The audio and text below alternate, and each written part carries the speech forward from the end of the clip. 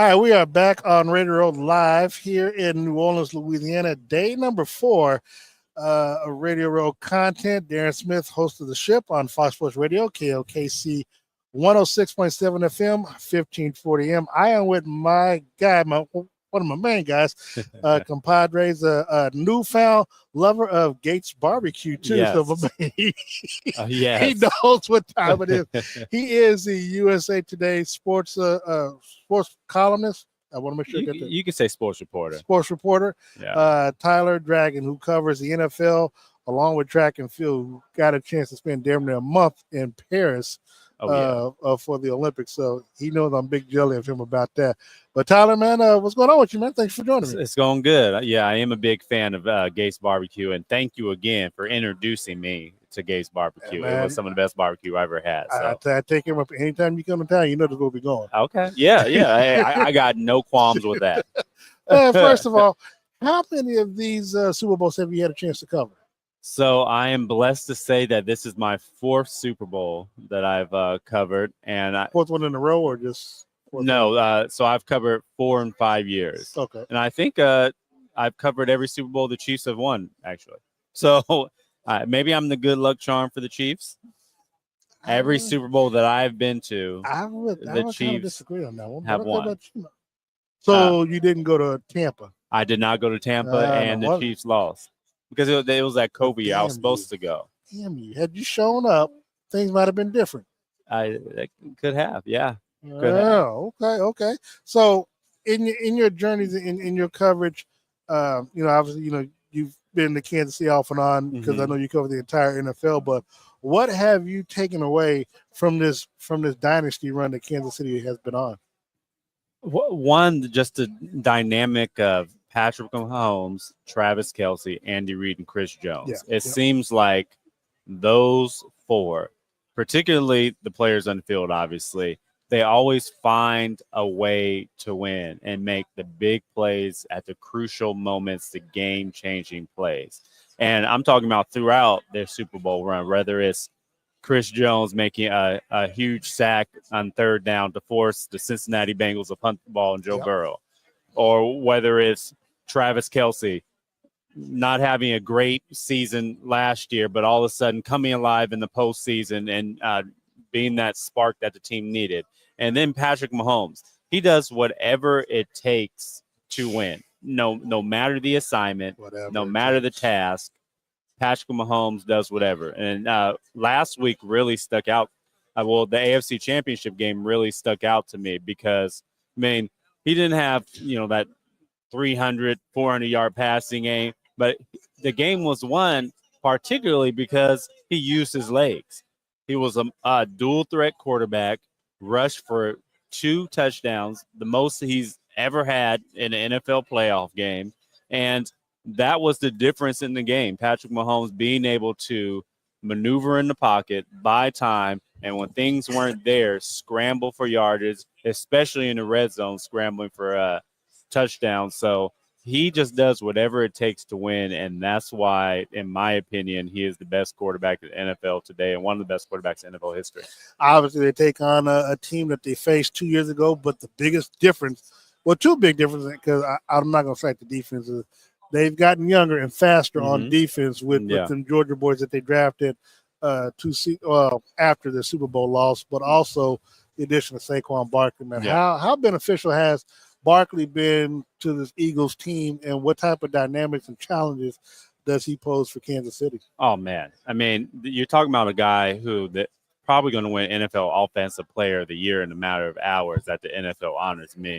He's had an historic NFL season for a running back and kind of revitalized that position because a lot of people Derrick Henry, a lot of people were talking about the running back position was devalued and you don't need a running back to be successful. But when you look at what the season Derrick Henry had, who you allude to, Josh Jacobs had, and then Saquon. Well, and even Kareem Hunt, him coming in, stepping in place of Isaiah Pacheco when he went down, and how important his role has been on that team.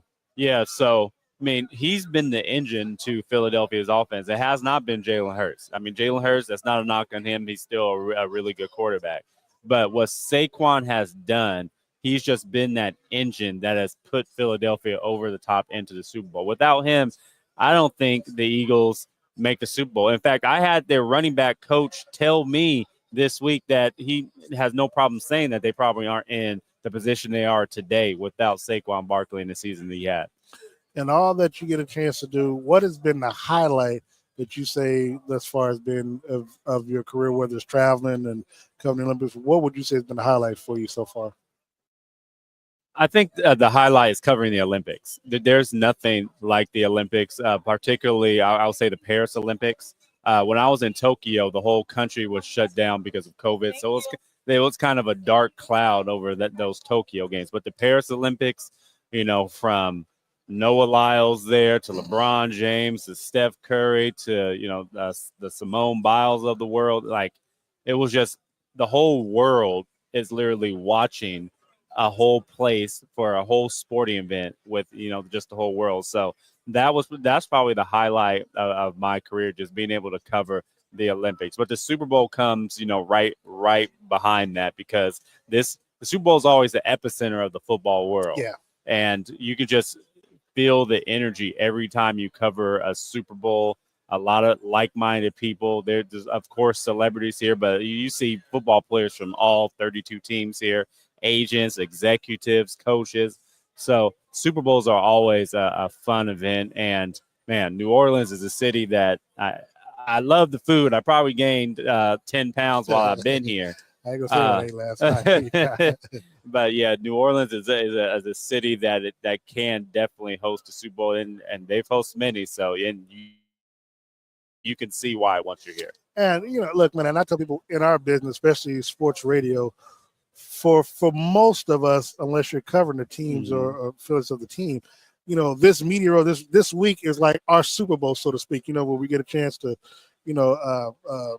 commence among colleagues and, like you said, try to interview celebrities, athletes, people like ourselves or what have you.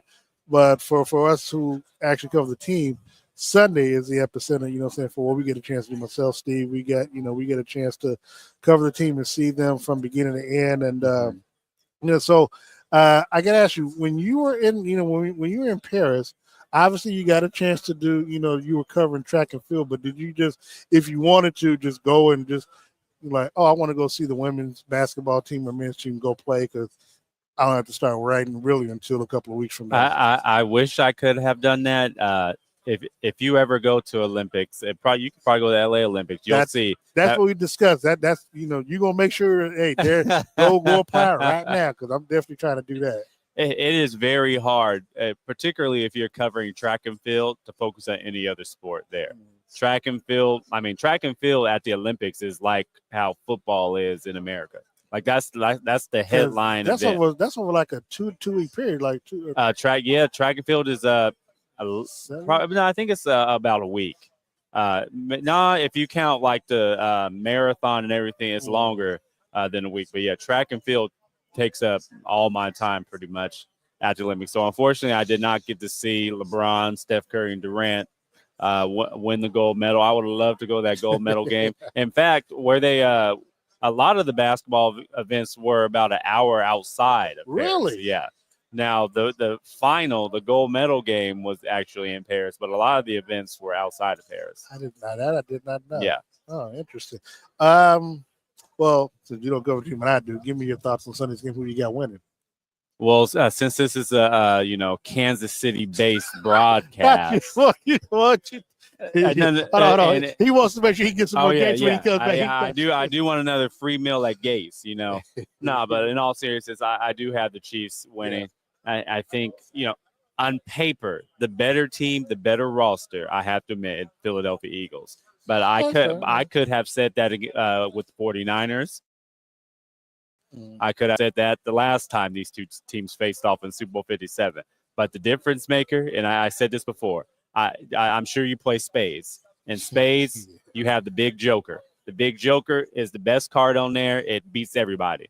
The Chiefs have the big joker, and that's Patrick Mahomes. That is the difference maker, and I think he's going to be difference maker Sunday, and the Chiefs are going to end up winning because they have him and those two other playmakers that always come up big in crucial moments.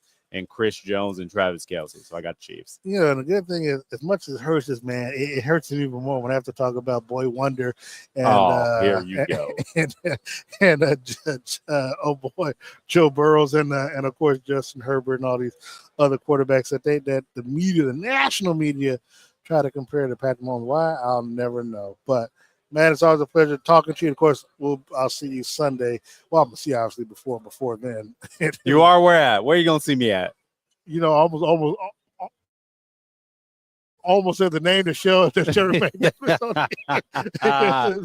But you don't see me on the streets, right? But Bourbon Street. Now, see, I had to force this lady to watch to the very end. But hi, Mama. See, she always, she's always commenting, so I have to make sure I give her a shout out. Hey, Darren's mom.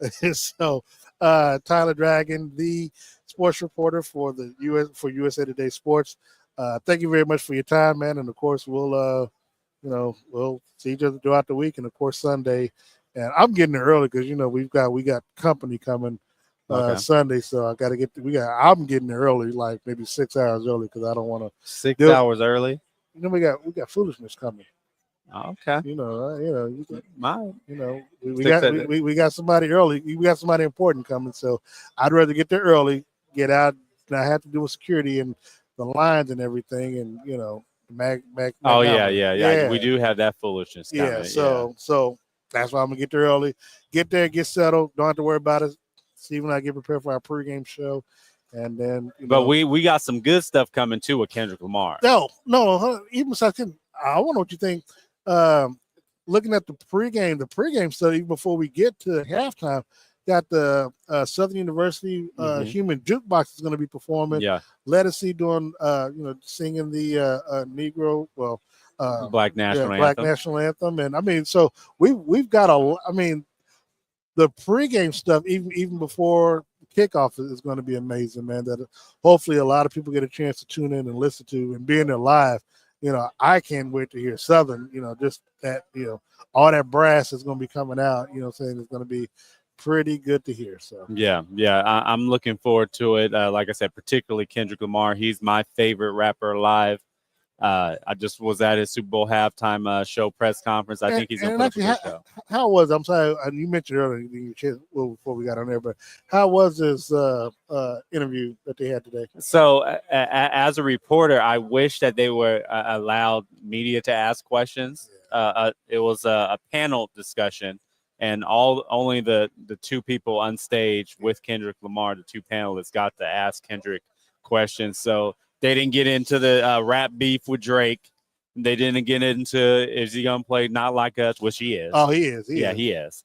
They didn't get into any of like the juicy stuff that the fans want to know. And it was a lot of, PC answers and whatnot, but it was just good to see LA-based artists up there, and it's going to be LA-type music taking center stage as a LA native who live there. It's all good, Our Chargers or Rams can't make the Super Bowl this year. So we at least got to show out at the halftime show. You feel me? Well, they're not going to make it next year as long as Mahomes is in the AFC. The Chargers are making it. Look, first of all, Chargers got to win the division. Yeah, I don't know. I don't see that happening. But, hey, they did get Jim Harbaugh. That's an upgrade. That is true. And, he wins wherever he's at. So they won this year. They just didn't win enough. He wins the championship wherever he's at. So I'm just going to say that. Okay, well, not going to win it with Boy Wonder. My guy, Tyler Dragon, brother, appreciate your time as always, man. We'll talk a little bit later. Hi, Mama. I gave you a shout out one too many times, but I'll shout you out again. Love you. We are out of here. Well,